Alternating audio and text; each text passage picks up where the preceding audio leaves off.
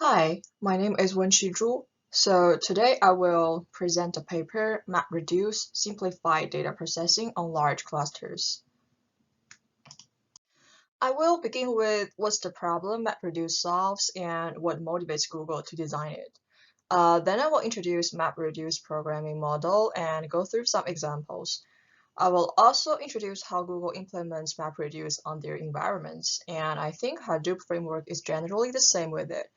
Correct me if I'm wrong. Then I will pick some refinements from the paper and introduce to you. At last, I will show you some results in the paper and reach to conclusions and some lessons. We know that data volume is growing rapidly. Google needs to process larger scale of raw data, but traditional single node architecture is just not sufficient. Let's just suppose that we have 10 billion web pages and the size is 10 kilobytes per page, so we have 100 terabytes data in total. And suppose that the computer reads 50 megabytes per second from disk. So the time we need to read all the web pages is approximately 1 month. That's fairly long time. So people begin moving to a cluster distributed architecture.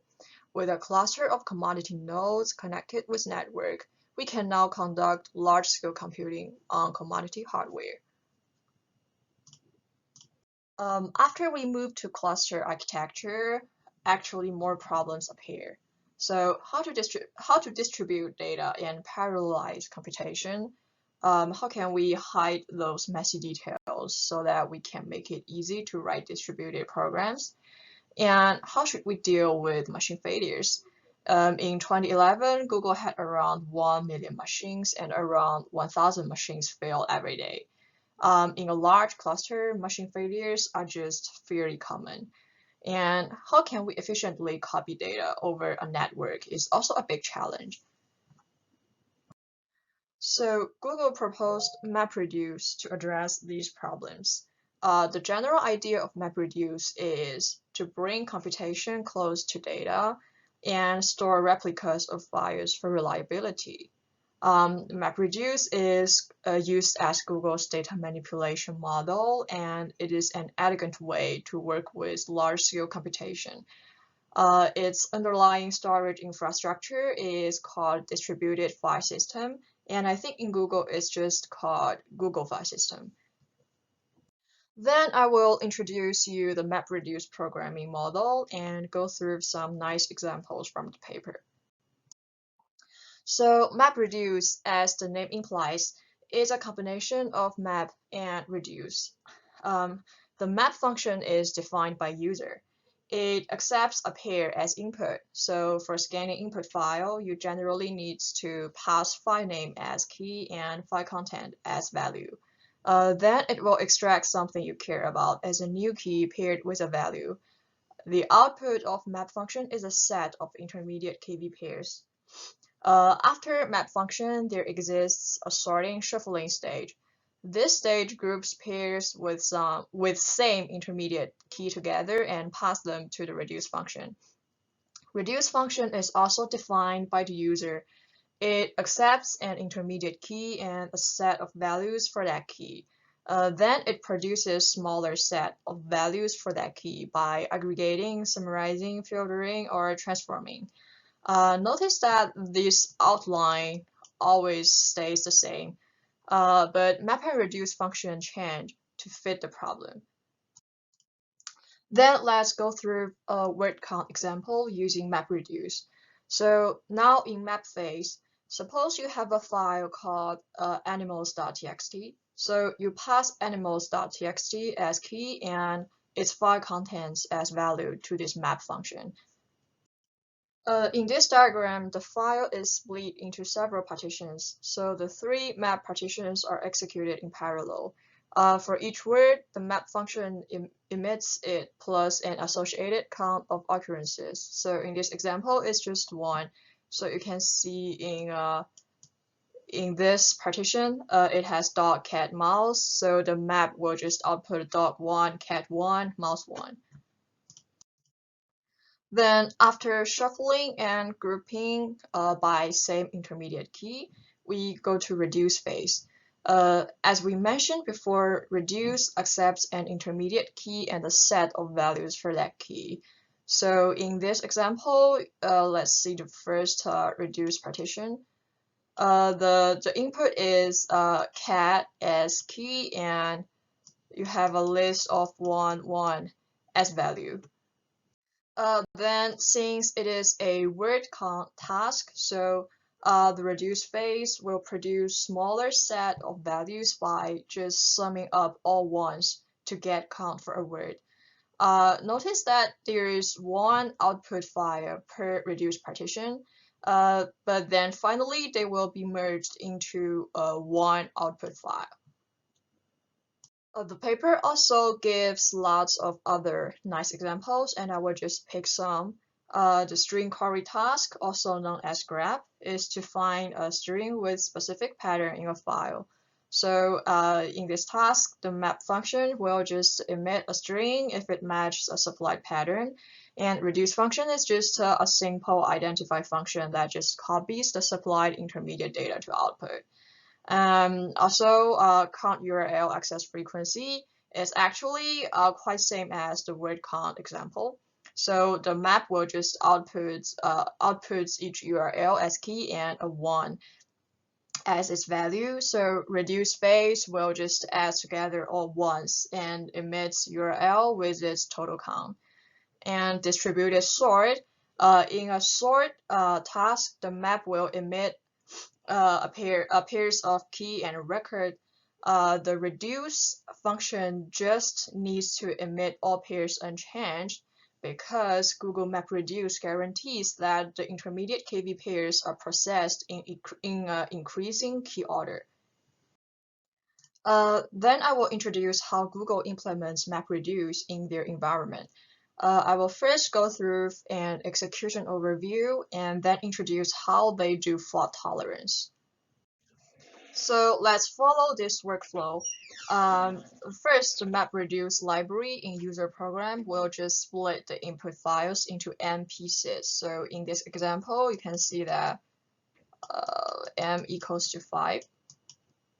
Right, so then it starts up many copies of the program on worker and master machines. Notice that there is only one master node here, and this master node keeps several important data structures. For each map and reduce tasks, it stores the states like idle, in progress, completed.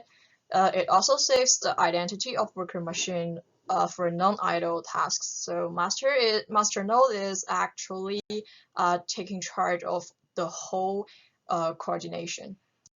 So now the master node will assign tasks to each worker. It generally has m map tasks and r reduce tasks to assign.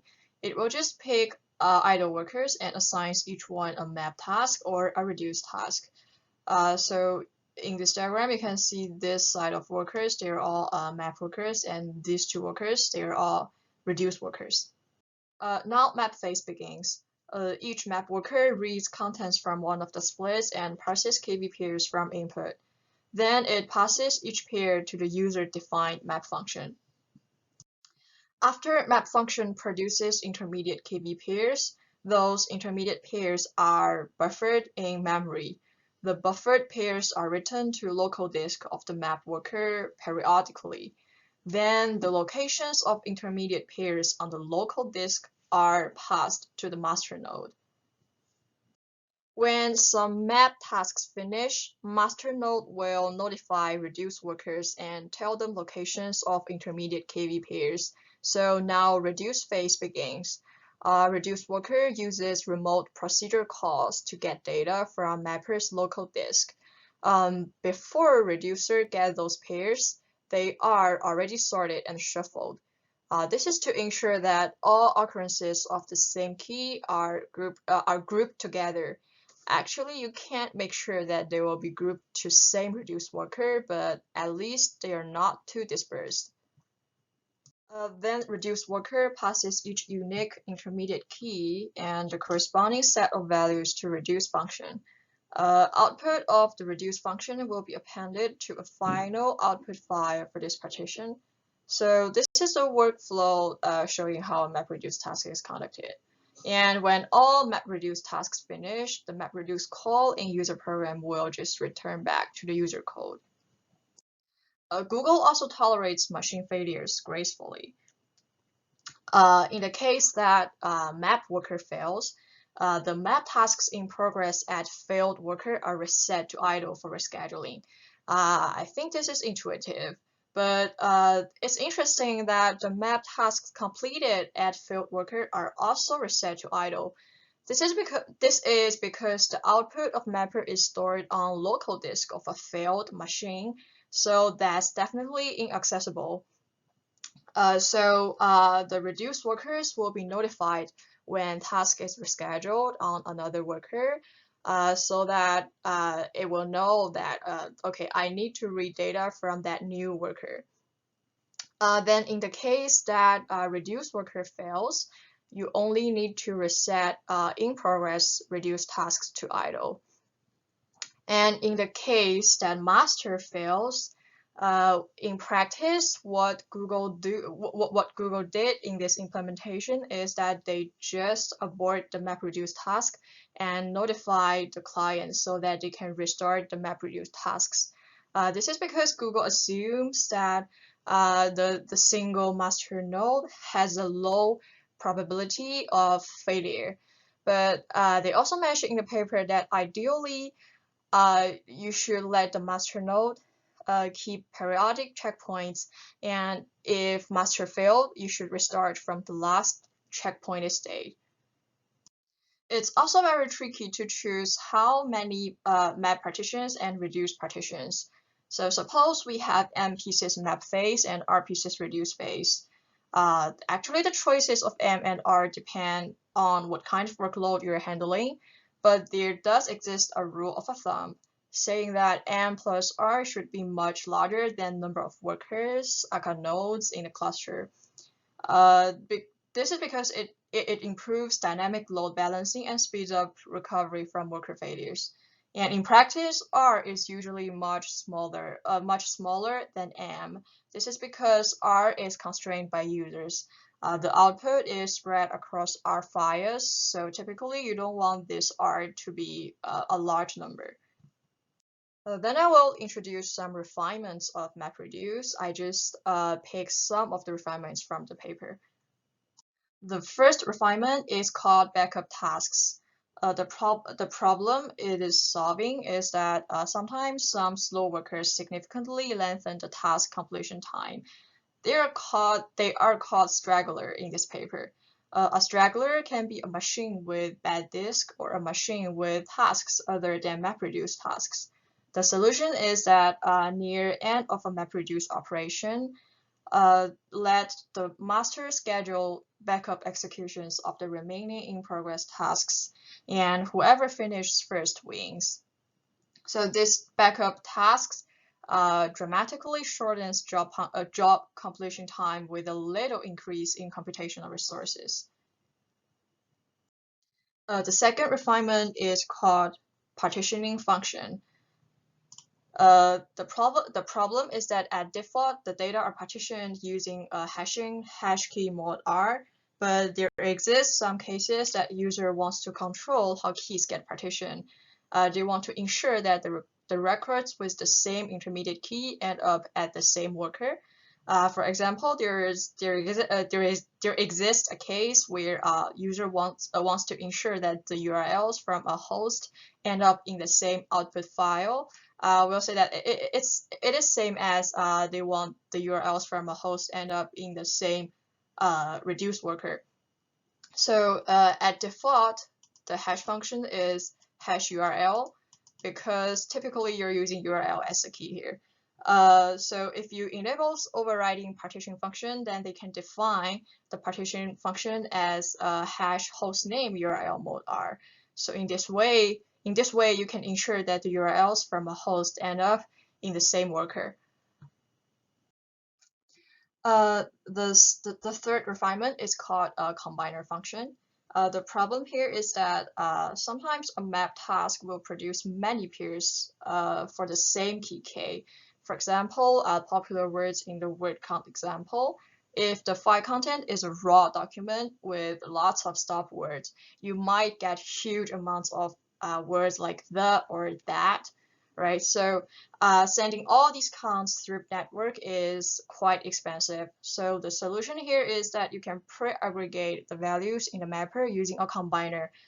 What a combiner is doing is generally same as reduce function.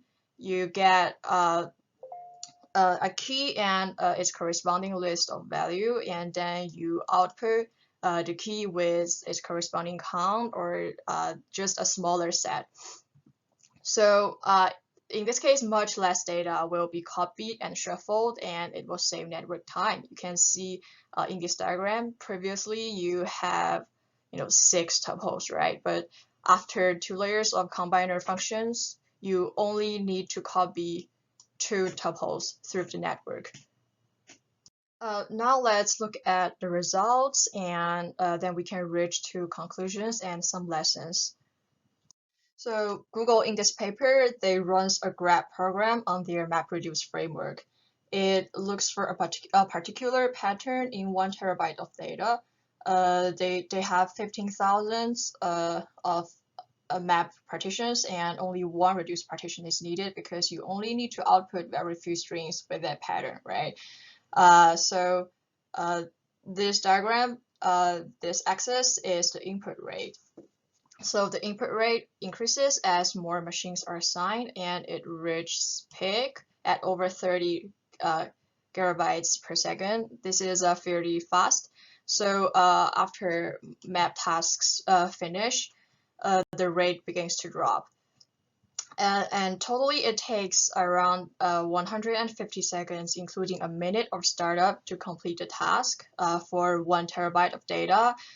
This is quite great efficiency. They also run a sort program on 1 terabyte of data with 15,000 map partitions and 4,000 reduced partitions. It needs much more reduced spaces than graph because you're not outputting subsets, right?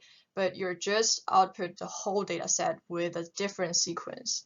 So the input rate peaks at around 13 gigabytes per second, and the shuffling phase is done about around 600 seconds into computation, and the output finishes at about 850 seconds into computation.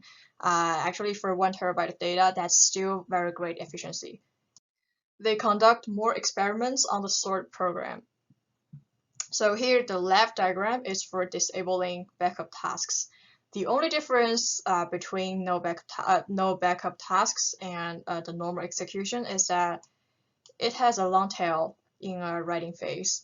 In this long tail, there's hardly any write activity occurs, but this tail just make the entire computation take around 1,200 seconds versus 850 seconds in normal execution. This indicates that enabling backup tasks actually effectively get rid of straggler. The right diagram is for machine failures. They intentionally killed 200 out of 1,746 worker processes. This makes the entire computation take around 900 seconds versus 850 seconds. This is not a dramatic rise. So it shows that this MapReduce framework is able to quickly recover from failures. So now we can reach to several conclusions and lessons. The first is that the MapReduce programming model is easy to use. Programmers do not need to handle those horrible details like parallelization, data distribution, or fault tolerance. They only need to define map and reduce function based on what kind of workloads they're trying to solve. And the second conclusion is that a large variety of problems are expressible using MapReduce. And also MapReduce is able to solve large computational problems efficiently. And there is there is an important lesson we learned is that sending data across the network is quite expensive, right? So sometimes a locality optimization, such as allowing data read or write from or to local disks, can be quite helpful. So here is the discussion section. The first question is, which of Lampson's hints, if any, you think might be applied in design of MapReduce? The second question, I believe MapReduce cannot handle real-time computing, stream processing, and dependency graph computing. So can you come up with any other distributed computing models that can do real-time or streaming data process? It can be quite interesting if you can provide some comparisons between them. And the third question is, I believe MapReduce gains parallelization and optimization at the cost of generality. I believe it's hard to express some problems using map and reduce style. So do you know if there exists any batch processing workload that MapReduce cannot handle at all, or it just handles quite badly? Then also in MapReduce framework, the master node takes care of the whole coordination. So do you think there might exist any security issues? And do you have any thoughts on other security threats or possible attacks to MapReduce framework? And last, I believe Google has stopped using MapReduce for new jobs anymore after 2014. And so do you have any thoughts on why they stopped MapReduce? And do you know what distributed model of computation they are using right now? And please feel free to raise other questions. So that's all of my presentation. I really appreciate for your time and hope you enjoy it. Thank you.